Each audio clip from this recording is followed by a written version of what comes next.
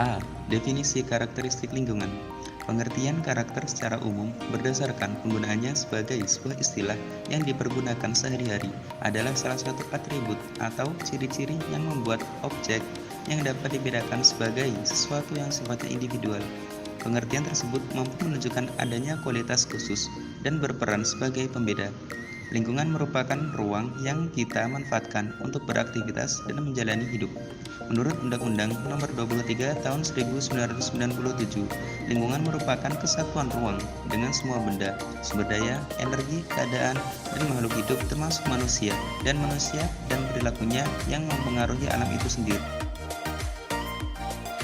Menurut Ensiklopedia Kehutanan, lingkungan adalah jumlah total dari seluruh faktor non-genetik yang mempunyai pengaruh terhadap pertumbuhan dan reproduksi pohon.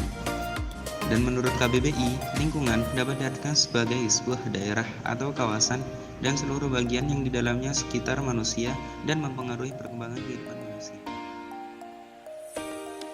B. Cara mengidentifikasi dampak lingkungan. Dalam pelaksanaan studi AMDAL, identifikasi dampak pada umumnya difokuskan pada kegiatan, suatu usaha atau proyek yang diperkirakan akan menjadi sumber dampak serta komponen-komponen lingkungan yang diperkirakan akan mengalami perubahan mendasar akibat merencanakan lingkungan kegiatan, usaha, proyek.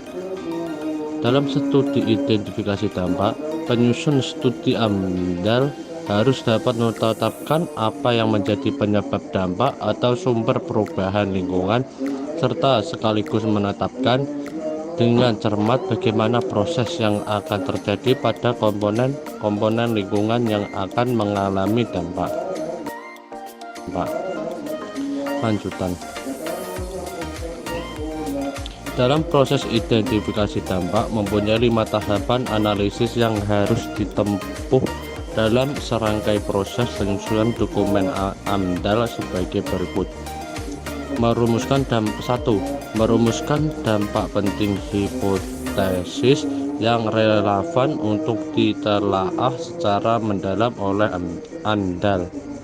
Menetapkan batas ruang dan waktu yang digunakan untuk penyusunan AMDAL.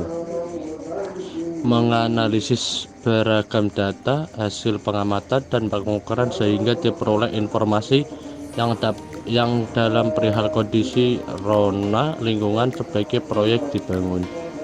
4. Memperkirakan besar dan kepentingan dampak lingkungan yang akan timbul sebagai akibat adanya kegiatan proyek. 5.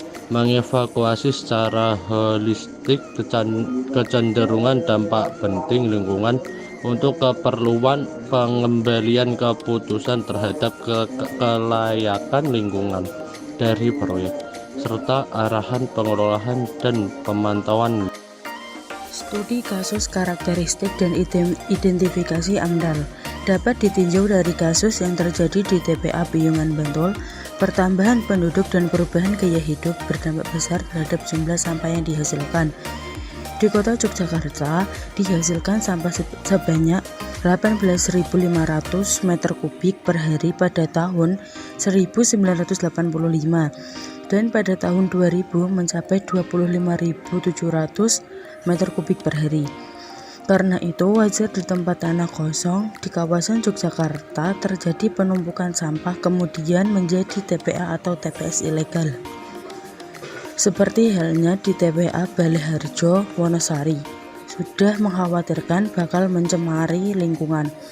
Akibat tumpukan sampah yang menggunung banyak menimbulkan lalat di sekitar lokasi dan bau yang tak sedap. Metode pengelolaan limbah TPA Piungan Bantul menggunakan sistem sanitary landfill.